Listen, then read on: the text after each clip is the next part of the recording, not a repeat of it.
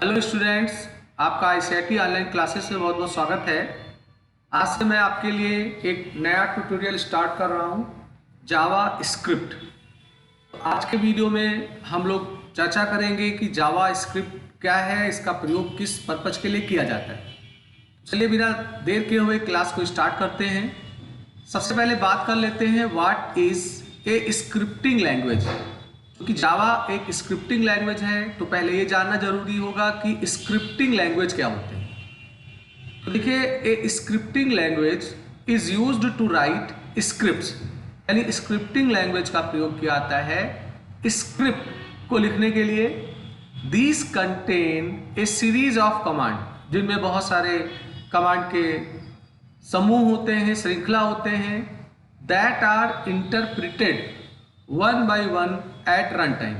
और जब आप इन्हें रन करते हैं तो ये वन बाय वन इंटरप्रिट होते हैं एंड देन एग्जीक्यूट होते हैं। Nowadays scripts are generally associated with web development, यानी अभी अगर देखा जाए तो सामान्यतः हमारा जो स्क्रिप्ट है ये वेब डेवलपमेंट से संबंधित है, where they are widely used to make dynamic web page, और इनका प्रयोग किया जाता है डायनामिक वेब एप्लीकेशंस बनाने के लिए।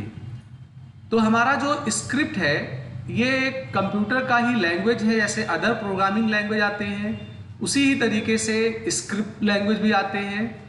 पर अदर प्रोग्रामिंग लैंग्वेज, अदर मतलब जैसे C++, जावा जैसे लैंग्वेज हैं, वो एक कंप्लीट प्रोग्रामिंग लैंग्वेजेस होते हैं। वहीं जो स्क्रिप्टिंग लैंग्वेज होते हैं इनका प्रयोग केवल वेब डेवलपमेंट में किया जाता है।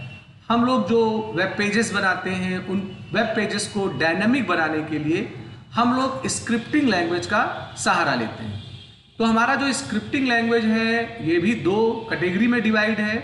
एक सर्वर साइड स्क्रिप्ट होता है और एक क्लाइंट साइड स्क्रिप्ट होता है। जो सर्वर साइड लैंग्वेजेस होते हैं तो इनका क्या रोल है ये जान लेते हैं। Server side scripting languages created the scripts that run on the server, यानी जो सर्वर साइड स्क्रिप्टिंग लैंग्वेजेस होंगे उनसे जो आप स्क्रिप्ट लिखेंगे वो आपके लोकल पीसी पे एग्जीक्यूट ना होके सर्वर जिससे आप कनेक्ट होते हैं वहां पर ये एग्जीक्यूट होते हैं, रन होते हैं, and hence minimize the workload of a browser. और इससे बेनिफिट ये होता है कि हमारा जो ब्राउजर है उस पर जो वर्कलोड है वो कम होता है। The functionality of your website is written in those scripting languages, और आपके वेबसाइट के जो फंक्शनैलिटी हैं उनके संबंधित जो कोड होते हैं वो आपके स्क्रिप्टिंग लैंग्वेज में लिखे होते हैं। जो most common server side scripting language है उनमें आपको पर्ल मिलेगा, रूबी मिलेगा, पाइथन मिलेगा, PHP मिलेगा, या ऐसे और भी स्क्रिप्टिंग लैंग्वेजेस मिलेंगे जो सर्वर साइड के लिए यूज किए जाते हैं। वहीं क्लाइंट साइड स्क्रिप्टिंग वे लैंग्वेज होते हैं जो आपके कंप्यूटर पे माने लोकल होस्ट पे या ब्राउजर पे एग्जीक्यूट होते हैं। तो client side scripting languages created the script that run on the client side, माने ये क्लाइंट साइड माने जो ब्राउजर होता है, यूजर जिस ब्राउजर में काम कर रहा होता है उसके जरिए ये रन होता है। These are sent from the server by server side scripting, और तब ये जाता है हमारे सर्वर साइड स्क्रिप्टिंग के पास।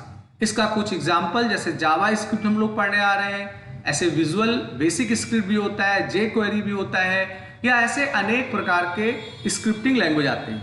तो सपोज करिए कोई वेबसाइट बना हुआ है, उस वेबसाइट में मान लेते हैं आप ऑनलाइन कोई फॉर्म भर रहे हैं, तो जो फॉर्म आपका दिख रहा है वो ब्राउजर पे दिखेगा। अब मान लेते हैं फॉर्म के ऊपर कोई कैलकुलेशन या वैलिडेशन का कोड लिखा हुआ है, तो अगर आप कोई इनवैलिड वैल्यू इनपुट करके सबमिट करोगे तो बता देता है कि आप इनवैलिड वैल्यू दे रहे हो। तो वो जो कोड लिखा गया वो क्लाइंट साइड स्क्रिप्टिंग के माध्यम से लिखा जाएगा। और जब आपने अपने पूरे डेटा को फिल करके सबमिट कर दिया और आपका डेटा सबमिट हुआ, सर्वर को गया, तो सर्वर साइड स्क्रिप्टिंग वहां पे सर्वर पे मौजूद होता है जो आपके डेटा को कनेक्टेड टेबल या डेटाबेस मैनेजमेंट से रिलेटेड जो सॉफ्टवेयर होते हैं SQL वगैरह, उनमें उन डेटा को भरने का काम करता है। तो कोई भी वेबसाइट बनता है तो उसके स्क्रिप्टिंग दो प्रकार के होते हैं, एक सर्वर साइड, जो सर्वर पे एग्जीक्यूट होता है और एक क्लाइंट साइड जो आपके ब्राउजर पे एग्जीक्यूट होता है। अब हम बात कर लेते हैं कि जावा स्क्रिप्ट क्या है। तो देखिए जावा स्क्रिप्ट जो है ये एक डायनामिक कंप्यूटर प्रोग्रामिंग लैंग्वेज है और ये एक हल्का फुल्का लाइट वेट हल्का फुल्का और ज्यादा प्रयोग में लाया जाने वाला प्रोग्रामिंग लैंग्वेज होगा। तो JavaScript is a dynamic computer programming language. It is lightweight and most commonly used as a part of web pages. और इसका मुख्य रूप से जो प्रयोग किया जाएगा वो वेब पेज के हिस्से के रूप में प्रयोग किया जाता है। Whose implementation allow client side script to interact with the user and make dynamic pages।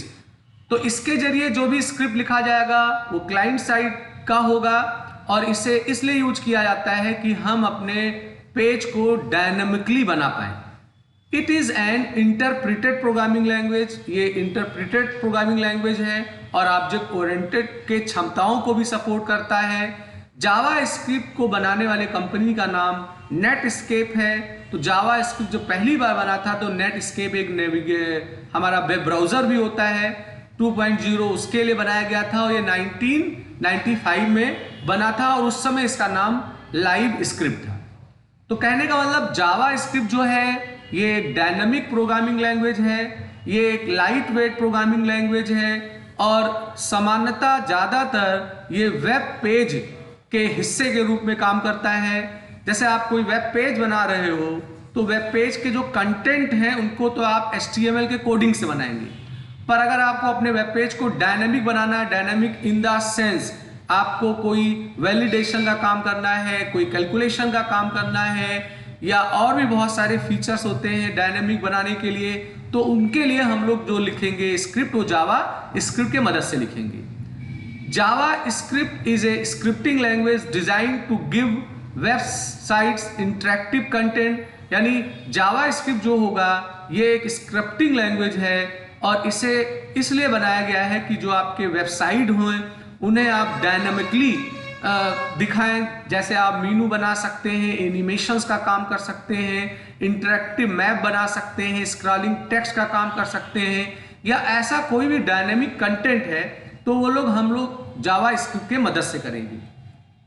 अब बात आता है कि इसे जावा स्क्रिप्ट क्यों बोला गया। एक भाषा आता है जावा, क्या उससे इसका कोई संबंध है?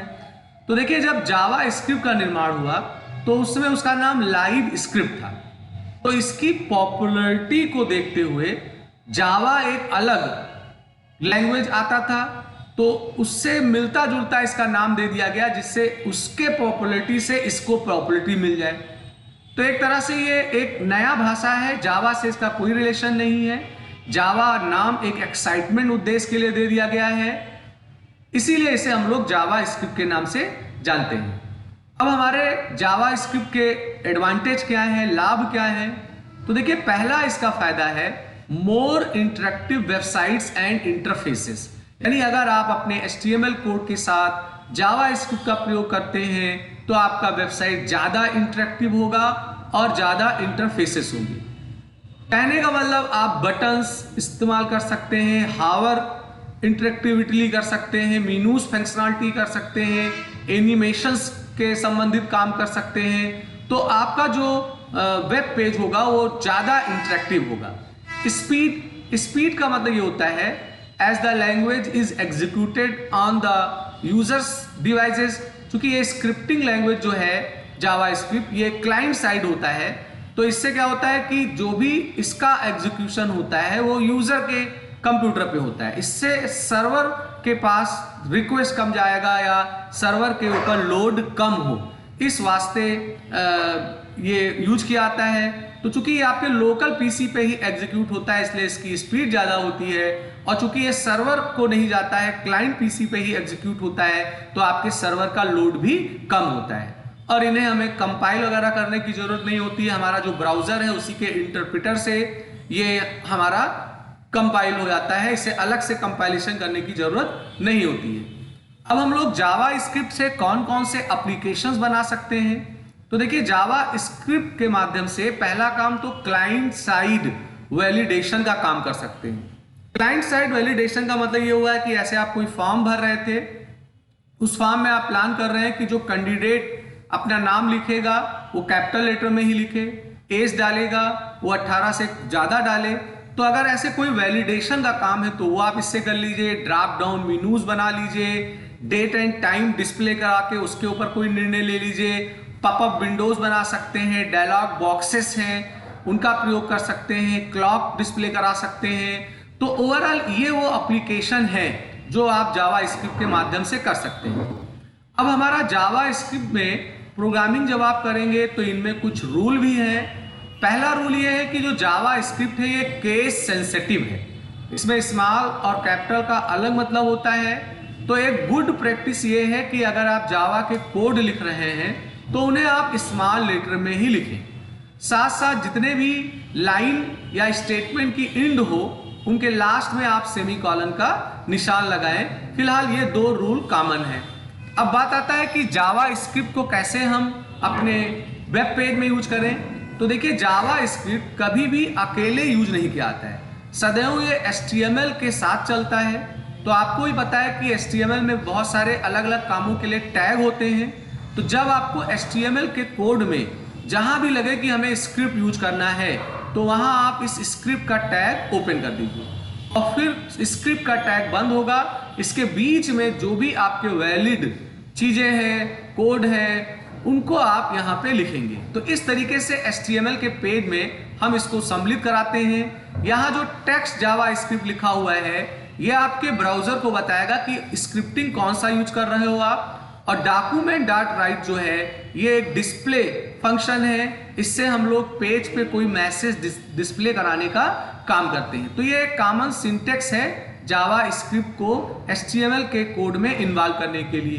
अब हमारा जो जावा स्क्रिप्ट है जो HTML के कोड के साथ चलता है, तो आप इसे HTML में 3 जगहों पे रख के यूज कर सकते हैं। पहला, इसे बॉडी टैग में आप लिखिए। दूसरा, इसे हेड टैग में भी लिखा जाता है। और तीसरा यह है कि इसका एक अलग से आप फाइल बना लीजिए और उस फाइल का एक्सटेंशन .js होना चाहिए।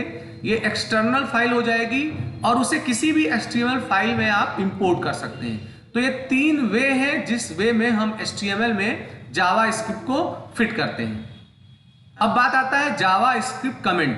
देखिए, जब भी हम लोग किसी भी प्रोग्रामिंग लैंग्वेज में काम कर रहे होते हैं तो हमारे द्वारा ढेर सारे कोड लिखे आते हैं। तो अगर आपको किसी कोड के संबंधित कोई मैसेज लिखना है जो आपके समझने के लिए है, या आपने कोई प्रोग्राम में लॉजिक यूज किया है उसका कोई एक मैसेज आप लिखना चाहते हैं, केवल वो आपके लिए होगा, उसे ब्राउजर इंटरप्रेटर ना करे, तो उस स्थिति में उसे हमें कमेंट बनाना होता है। कमेंट जो होगा उसे जावा स्क्रिप्ट का जो इंजन है, माने जो ब्राउजर में उपलब्ध है, वो उसे इग्नोर करता है। तो कमेंट भी 2 प्रकार का लिखा जाएगा, एक सिंगल लाइन, एक मल्टीपल लाइन। तो सिंगल लाइन कमेंट के लिए क्या है कि उसके आगे 2 फॉरवर्ड स्लैश का निशान लगा दीजिए। तो जब आप स्क्रिप्ट का टैग खोलेंगे और बंद करेंगे, उसके बीच स्क्रिप्टिंग के जो स्टेटमेंट है आप यूज करेंगे। अगर उनमें कोई आपको अपना मैसेज लिखना है जो केवल हमें स्क्रिप्ट के कोड में दिखाई पड़े या इंटरप्रेट ना हो ब्राउजर के द्वारा, तो आप उसके आगे 2 बार फॉरवर्ड स्लैश का निशान लगाइए। और अगर आपको मल्टी लाइन कमेंट बनाना है तो आपको \st का निशान लगाइए और जो भी लाइन है उनको लिखते आइए और लास्ट में आप इसको क्लोज कर दीजिए। इससे आप मल्टी लाइन कमेंट बनाने का काम कर सकते हैं। तो ये आज का मेरा वीडियो था। इस वीडियो में मैंने आपको पहले जावा स्क्रिप्ट का इंट्रोडक्शन दिया कि जावा स्क्रिप्ट क्या होता है। जावा स्क्रिप्ट से मैंने पहले आपको बताया कि स्क्रिप्टिंग लैंग्वेजेस क्या होते हैं, उनके संबंधित आपको मैंने सूचना दिया। और बाद में मैंने जावा स्क्रिप्ट का परिचय दिया। तो देख लेते हैं क्या क्या चीजें हम लोगों ने सीखा आज। तो सबसे पहले आपको बताया गया स्क्रिप्टिंग लैंग्वेज क्या होते हैं। तो स्क्रिप्टिंग लैंग्वेज जो होंगे ये एक लैंग्वेज ही होते हैं, मगर ये ज़्यादातर वेब डेवलपमेंट के साथ यूज किए जाते हैं। ये एक सर्वर साइड होता है जिसका कोड सर्वर पे एग्जीक्यूट होता है, उसके लिए हम लोग PHP पाइथन का प्रयोग करते हैं। एक क्लाइंट साइड स्क्रिप्टिंग होता है जो ब्राउजर पे एग्जीक्यूट होता है क्लाइंट के PC पे, उसके लिए जावा स्क्रिप्ट, jQuery ऐसे तमाम भाषाएं आती हैं। जावा स्क्रिप्ट जो होगा ये एक डायनामिक कंप्यूटर प्रोग्रामिंग लैंग्वेज है। इसके मदद से हम लोग अपने पेज को डायनामिक बनाते हैं। इसे जावा स्क्रिप्ट क्यों कहा गया? क्योंकि इसका जन्म जो हुआ इसका नाम लाइव स्क्रिप्ट था, तो एक एक्साइटमेंट के लिए इसके साथ जावा शब्द को जोड़ा गया है। इसका बेनिफिट बताया गया है कि ये वेबसाइट को ज़्यादा इंटरेक्टिव बनाता है, स्पीड ज़्यादा होती है, सर्वर का लोड कम करता है, और ये कुछ एप्लीकेशंस हैं और इसके कुछ रूल हैं, और जावा स्क्रिप्ट को कैसे आप HTML के पेज में सम्मिलित करेंगे उस चीज़ की जानकारी मैंने आपको दी। तो मैं उम्मीद करता हूं कि आज का वीडियो आपको पसंद आया होगा। पसंद आया हो तो लाइक करिए, शेयर करिए, सब्सक्राइब बटन पे क्लिक करके बेल आइकन को जरूर लीजिए, जिससे मैं कोई नया वीडियो बनाऊं तो उसका अलर्ट आपको तुरंत मिल जाया करे। तो आज का वीडियो मैं ही समाप्त कर रहा हूं। आपका दिन शुभ हो।